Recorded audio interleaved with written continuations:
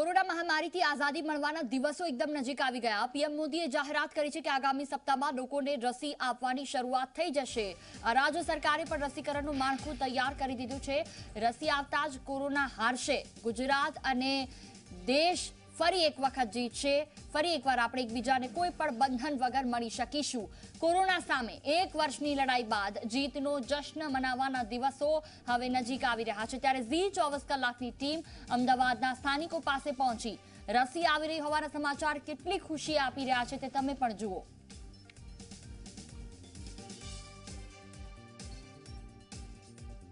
એક વર્ષથી જે જંગ લડી રહ્યા હતા કોરોના સામે કદાચ એનો અંત આવી ગયો છે। દેશના પ્રધાનમંત્રીએ કહી દીધું વેક્સિન આવી ગઈ છે, ટૂંક સમયમાં લોકો સુધી પહોંચશે। ફ્રન્ટલાઇન વોરિયર છે તેનું લિસ્ટ તૈયાર થઈને કેન્દ્ર સરકારને મળી ગયું છે। પરંતુ બીજી તરફ વાત એ છે માસ્કના બંધનમાંથી મુક્તિ મળશે, કર્ફ્યુથી આપણે છૂટી જઈશું, મિત્રોને મળી શકીશું, કદાચ ચાના અને માવાના જે બંધાણી છે તે ગલ્લે ઊભા રહી અને મજા લઈ શકશે। તમામ લાઈફસ્ટાઈલ જે નોર્મલ હતી તે થઈ જશે। કદાચ સ્વજનો ગુમાવ્યા છે કોરોનામાં। એક વર્ષની આ જંગમાં કોરોના વોર્ડ ઉપર ફરીથી તાળા જોવા મળશે। એટલે લાઈફસ્ટાઈલ જેની સૌથી વધારે અસર આ બીમારીએ લોકોની લાઈફસ્ટાઈલ ઉપર કરી છે તે કદાચ પાછી ગાડી પાટા ઉપર આવી જશે તેવું કહી શકાય।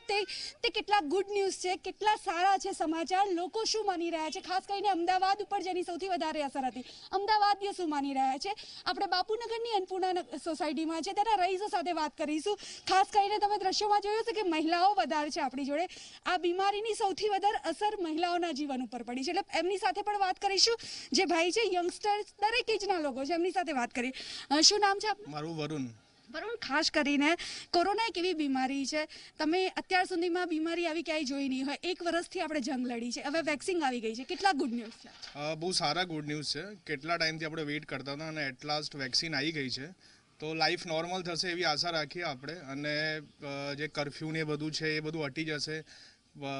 કેટલા ટાઈમથી કોઈને મળી નહીં શકતા, કોઈના ઘરે નથી જઈ શકતા આપણે, સો એ બધી વસ્તુ ઇઝી થશે અને બિઝનેસ બી વધશે અને ઘણું સારું છે વેક્સિન આવ્યા પછી। હવે લેટ સી કે પછી માર્ચમાં જ્યારે આવે છે એનું શું કહેવાય એનું પરિણામ શું આવે છે। આ એકદમ બહુ સરસ ગુડ ન્યૂઝ છે।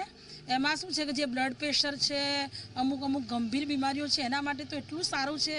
બાળકોની સ્કૂલ કોલેજો બધું જે ભણવાનું અટકી રહ્યું છે અને આપણા વડાપ્રધાન આપણા માટે આ બહુ સારું કાર્ય કરી રહ્યા છે કે જેથી ગૃહિણીઓ બી બિલકુલ મુક્ત થઈ શકે। બહાર નીકળવું આ 6 મહિનાનો એટલો બધો માહોલ ખરાબ છે કે માણસ ક્યાંય નીકળી નથી શકતું અને એટલા બધા મેન્ટલી ડિસ્ટર્બ બધા થઈ ગયા છે જેથી અત્યારે રસીનું નામ સાંભળી અને બધા ખૂબ આનંદમાં છે। એટલા માટે તો બહુ ખૂબ સરસ સુંદર વાત એ છે, લાભ ઘણો સરસ આનાથી મળશે આપણને।